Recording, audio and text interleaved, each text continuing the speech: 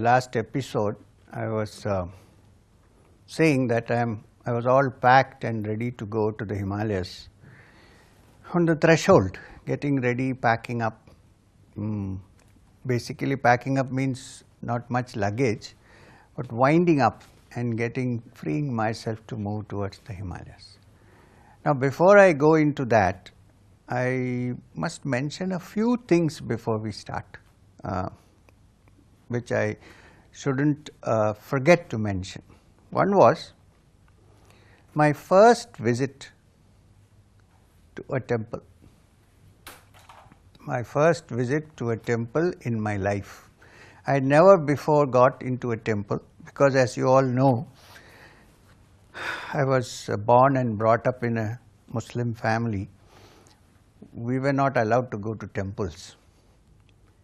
It so happened that model high school where I went to school was not very far from a Subramanya temple. There is a Kartikeya temple there, Subramanya temple, in a beautiful campus with a lot of peacocks.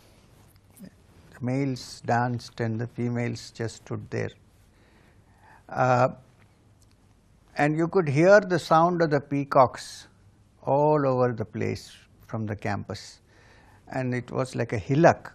And on top of that was a beautiful old Subramanya temple. Now, the priest of the temple was I forget his name, but he was a Tulu Brahmin from speaking the Tulu language from Karnataka. And his son Srinivas Rao was my classmate. So very often when I passed the temple, I used to think, maybe I should go and see the temple, what is inside. I have never visited a temple. So one day, Srinivas invited me to his house, because the priest was also staying there in a small little house. So we went there, and I was just hanging around the campus. His mother went to make a cup of coffee for me. They make very good coffee, filter coffee. So I was sitting and talking to Srinivas when I saw his father coming. His father was a tall man with sharp nose, hair tied up in a big juttu at the back. He came and he said, oh, Srinivas introduced me. So he said, oh. He said, I'm going to the temple for puja. Suddenly I asked him, can I also come? So he looked at me carefully, a very orthodox man. He said, oh, you can come, but you cannot enter in the sanctuary. You have to stay outside. So he went there, and then I heard the sound of bells ringing. I was outside. After a while, he pulled the curtains. I saw a beautiful Subramanya standing there with a veil in his hand. And on both sides, there were two Shaktis. Subramanya has two consorts, so on both sides. So after that, when we came out, after the puja was over, he gave me the prasadam. He came out, sat down, had a cup of coffee. Then I asked him, this Subramanyam is what? So he said, Subramanyam is the son of Shiva. He is a god for us, and he flies on peacocks at a very high speed. So I said, but have you seen him fly in the peacock? I was a small boy. Have you seen him fly? He said, some things cannot be seen by ordinary eyes. Certain things can only be seen with extraordinary eyes, which most people don't possess. If you purify your life and improve your mind, then you may be able to see such things. Otherwise, nobody can see such things. So I dropped the question of asking him whether you have seen it. I just kept quiet. I thought it would be wrong and insulting to ask him that question. Then I asked him, what about the two Shaktis standing around? Does he have? He said, they are his two consorts. I said, so the gods have two wives, is it? So he smiled and said, yeah, they have two. Like Muslims, they have 4 or 5, he said. So I didn't want to say anything. I just looked at him and smiled and came away. After that, I used to quietly, surreptitiously get into the Subramanya temple. and when nobody was around, make a quick pradakshina and come out. That was my first entry into the temple. I mentioned it specifically because that was my first time that I ever saw the insides of a temple, and I was fascinated by the concept of Subramanya, who in Tamil Siddhars called him Saravana Bhava. The mantra itself is Om Saravana Bhava. He is supposed to be also the god of meditation, the Skanda, which is the leader of all the Ganas of Shiva, and the god of meditation. He is mentioned very often in the Tirumantiram many times as Kartikeya, the mystic yogi. Okay. Now the second thing I want to mention before the Himalayan trip was, which is very similar. I had another friend who was a Palghat Iyer, whose father, his parents settled from Bombay and came and settled down in Trivandrum. His father was working in the LIC, but he was also the trainer for the badminton team of the LIC. He was a very good badminton and tennis player. His name was Vishwanath Iyer, and my friend, his son's name was Ananta Narayan. He lives in Palghat now. Now I used to go to Ananta Narayan's house, which was not very far from our house, and mainly to eat very good sambar and idlis and vegetarian food. And that was the first time I realized that according to the orthodox Brahmins, a lady, when she has her menses, is not allowed to enter the kitchen. I found it out in a very funny way, because Ananta Narayan came to me one day and said, "Come home, today there is very good food." I said, "Why?" He said, "Because my father is cooking today." I said, "Why is your father cooking?" He said, "Because my mother is out." So I said, "What do you mean mother is out? She has gone somewhere?" He said, "No, she is not allowed to enter the kitchen." So that's how I found out the connection between the two. So I used to go to his house, have food. They were great devotees of Shirdi Sai Baba. So they used to have Thursday bhajans. I also used to go and join the Thursday bhajans. I even wrote the lyrics for a small song on Shirdi Sai Baba at that time. Something like Hey Prabhu, Hey Sai Nath, something, I can't remember the whole thing. So we knew each other quite well. Now it is relevant because after many years, when I was in college, my friend Ananta Narayan went and joined the Palghat Engineering College and went away. His father was transferred from Trivandrum to Trichur. So once he sent me a letter saying, the Trishur Puram festival is coming. It's a very important festival. Hundreds of elephants stand around the temple of Shiva, Vadakinathan temple in Trichur. Come and see the Trishur Puram because it's full of what are they called? Fireworks, heavy fireworks. So I decided to go. My friend was not there, so I was staying alone with him. This is very interesting because according to the rules, no non-Hindu can enter the Guruvayur temple.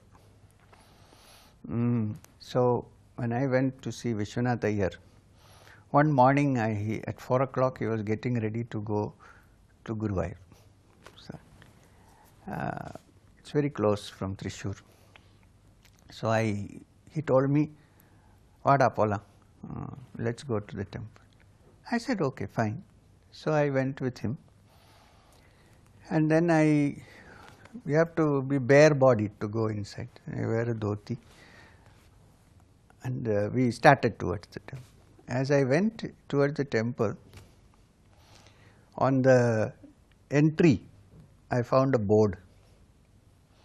Board says, "No entry for non-Hindus." So I stopped. So he went inside. I was out. He told me, "No, it doesn't matter." He said, "You look like a Brahmin boy. Why? Who is going to find out? You come." I said, "Look, I am not coming because it is written and we should not break rules." So he went inside. After some time he came back and gave me prasadam. Let's go. I said, look, I am not coming now. You go. I know the bus. You give me some money. So I got some money from him. And he said, I will be back by evening. So he went off. It's a beautiful atmosphere around the Guruvayur temple. So I went and I waited for some time, hung around. Then when I came near the gate and saw the board, I had this unbearable pain that I could not go into the temple. So I sat just outside and started crying. So I was crying very badly actually. My whole body was shaking. Some people came around, stood, what happened? They thought some pain or hungry or something. I said, no, nothing. After some time they all went off. They thought must be mad, God knows what. So I got up from there, went near the temple tank. There's a beautiful temple tank there. So on the tank there is a parapet. So I sat under a tree near the parapet, wiped my tears and lay down and looked up at the sky and fell asleep. I was tired also, so I just fell asleep. Now in the sleep I had a very beautiful dream. I can't say it is a dream or a vision, but it was a dream, but it was a very vivid dream. I was in the dream, I was standing outside the temple, the Guruvayur temple, holding my hands like this and thinking, oh, I have to go inside and have darshan of Guruvayurappan. Then from suddenly inside I heard somebody blowing the conch. So even in the dream I am thinking, oh, the pujari is performing the puja, he is blowing the conch. Then the conch sound, the shank sound became louder and louder, and it was reverberating in my head like a bomb. And then from inside I saw the small place where the deity is kept. It's called Garbhagriha. Garbha, Sanskrit, Garbha means womb, and Griha means house. So womb, house, that means deep inside, like a child. So that Garbhagriha was coming out of the temple and becoming bigger and bigger and bigger and coming near the gate. And inside that I saw this little boy standing and playing and laughing and saying, come, come, like that. So in the dream I was saying, Yamaram, I am coming, and I woke up. So when I woke up, I decided that this is a good signal. Now what, there is board or no board, I am going to go inside. So I went inside, had a darshan, took a pradakshina, took the prasadam and came out. That is the one and only time that I could go to Guruvayur temple and come out, because now if I go, my name is in the newspapers, people will be very happy, but the Devasam board will be in trouble. So this I had to mention, because this was kind of preparatory to my going to the Himalayas. Now the other thing I want to mention is the meeting with another great yogi, a Paramahamsa, who also looked like he was completely mad. Near the beach in Trivandrum, there is a beach called Pundara beach, which is beyond the Shangamukam beach. There used to be a person, nobody knows where he came from and nobody knows where he went afterwards. He disappeared after some years. They didn't even know his name, so they used to call him Pundara Swami. He used to be a man with matted hair and wearing a small cowpeen and sleeping on the sand, and his pillow was always a heap of sand on which he kept his head and slept. And he hardly talked. Whatever food was offered by the fishermen, he ate. You can't say as vegetarian, non-vegetarian, whatever the fishermen offered, he ate. People say that if they offered him liquor, he would drink that also. But people used to go and stand around and bowed out. He would not allow somebody to touch his feet or anything. And he looked so wild that people were very frightened of going close to him. So one night I went, one evening, stood near him and was looking at him closely. I moved a little forward. Suddenly lying there itself, with one hand he pressed one, raised his body, and with the right foot he gave me one hit on the neck. It hit me somewhere here. And I remember I fell down. I fell down full of mud on my body and face. Then I got up and hit everything. And he was silent as if he had done nothing. I was lying there. I looked at him, he looked at my eyes, I also looked. And everybody around me said, "Ah, you are blessed, you are blessed." Only when he blesses, he does this thing to you. Came off. What happened was, for a long time I was having a persistent ache in my right backbone. When I went home, I suddenly realized that it was not there. It had completely vanished. So these are some of the experiences I wanted to relate before we talk about going on to the Himalayas. Also, I need to mention 3 renunciants, sannyasins, who had a profound effect on me before going to the Himalayas. One was Swami Abhedananda, who I have already mentioned, whom I met as a small child when he was doing kirtan and walking on the street, and how I used to go and meet him and get a lot of understanding about what bhakti means. He was basically a bhakta, Swami Abhedananda. The second person who influenced me was Swami Tapasyananda, who was then the president of the Ramakrishna Mission, Trivandrum, Shastamangalam, where they have a hospital. As a young boy, I used to, when I was in school and in college, I used to go on Sundays and meet him and talk to him. And we also used to go and meet another professor of Malayalam, who was a great teacher of Vedanta, Professor Balakrishna Pillai. I don't know if he is still around or he has passed away. He was pretty old at that time. He also lived near Peta, which was on the way to the beach. So Sundays we used to go there. Swami Tapasyananda would come and we used to sit there and have discussions on Vedanta. Swami Tapasyananda told me that Professor Balakrishna Pillai has actually experienced the essence of Vedanta. So his wife would prepare coffee, simple man living. Yes.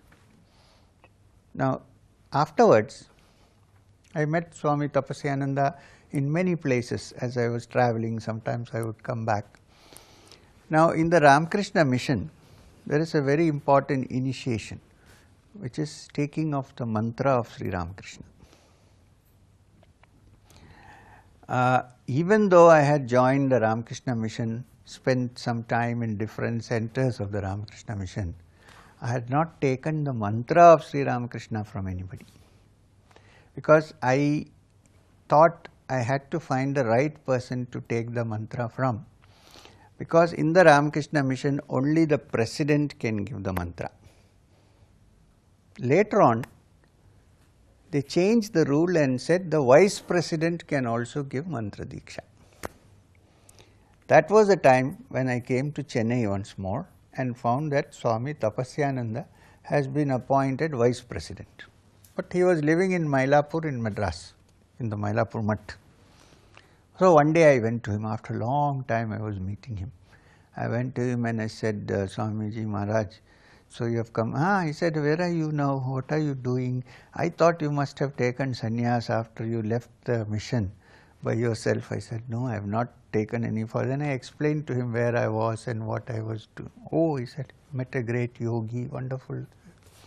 I said, but I have one problem still, that I haven't taken the Ramakrishna mantra. Hey, why? You did service to Prabhu Maharaj, you should have taken. I said, no, but I didn't. Can you give me the mantra? Okay. He closed his eyes for a few minutes and then he said, okay, on Guru Purnima you come and see me at the Mutt. Those days this new temple was not there. There was the old temple in Ramakrishna Mission. And said, what should I bring? He said, have a bath, bring a dhoti, some flowers and some dakshina and come. So I went. When I went, I found there were other people also, few people. But he took me aside separately, individually, on to the temple. And then he told me to sit down, went inside and meditated for a while. When he came out, I found that his face was red and flushed and his eyes were all red and flushed. And he didn't look like this same friendly Swami Tapasyananda that we know of. There was something had taken place in his mind. Anyway, he came out and then he gave me the Ramakrishna mantra, which is the Diksha mantra of the Sri Ramakrishna mission, which was first taught by Swami Vivekananda and continues down. Later on, Swami Tapasyananda introduced me to some books on Sri Vidya and Tantra, which I already had taken from Babaji, my guru.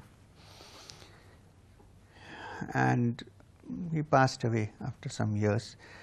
One of the best books, translations and commentaries on the Bhagavad Gita, all the 18 chapters, was written by Swami Tapasyananda. Also, he has written a beautiful translation and commentary on the Bhagavatam, which is also worth reading. It's in English. Because I vouch for the fact that he was a genuine sadhu.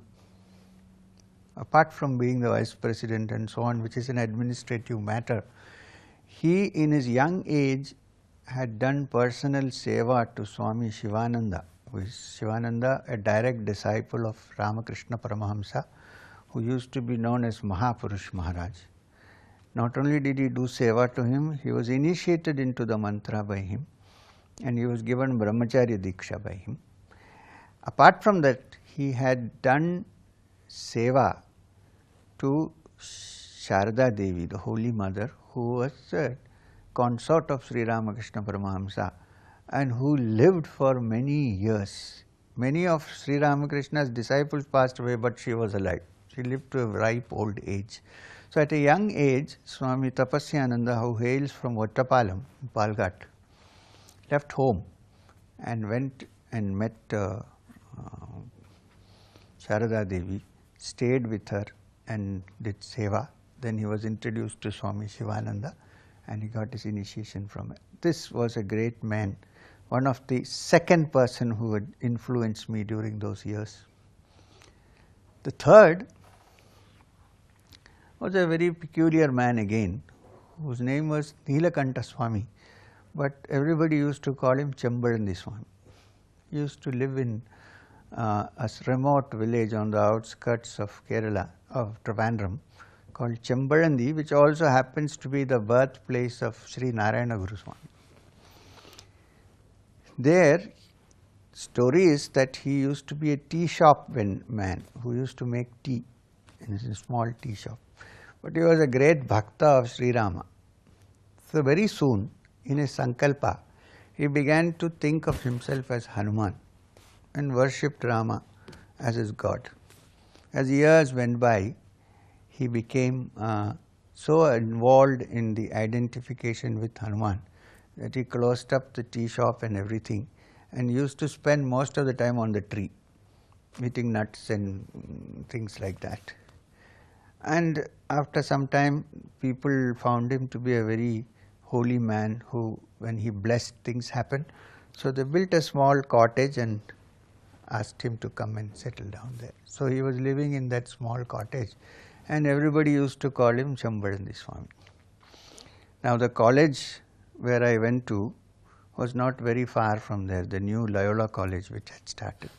So one day, one afternoon, I cut class and went towards the Chambarandi and saw him sitting in a thatched hut with a thatched hall also in front.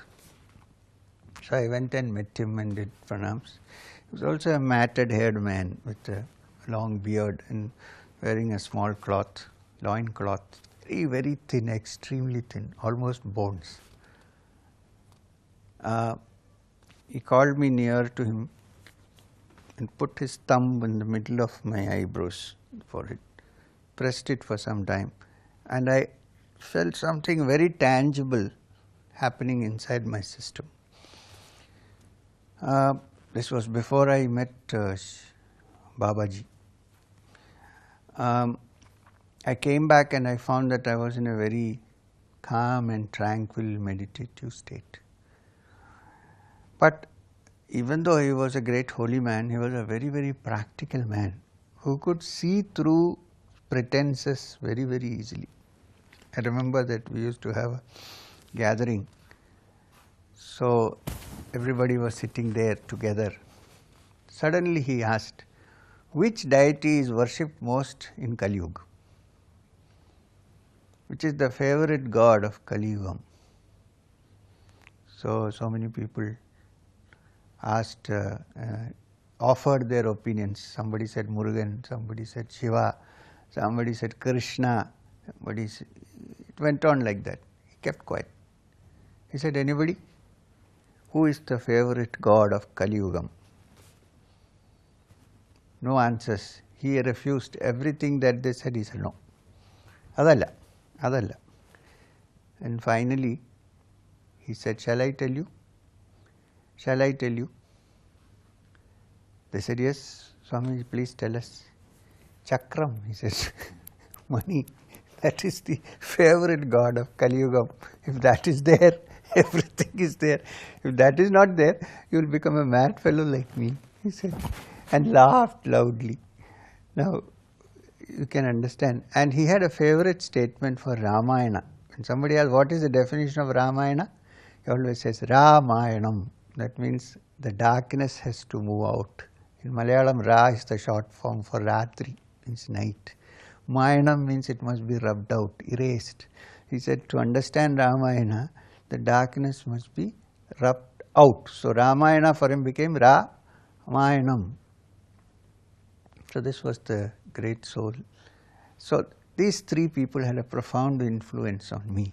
Before I decided to step out of home and be on my own. So their blessings were always on me. So this is what happened before I started off for the Himalayas.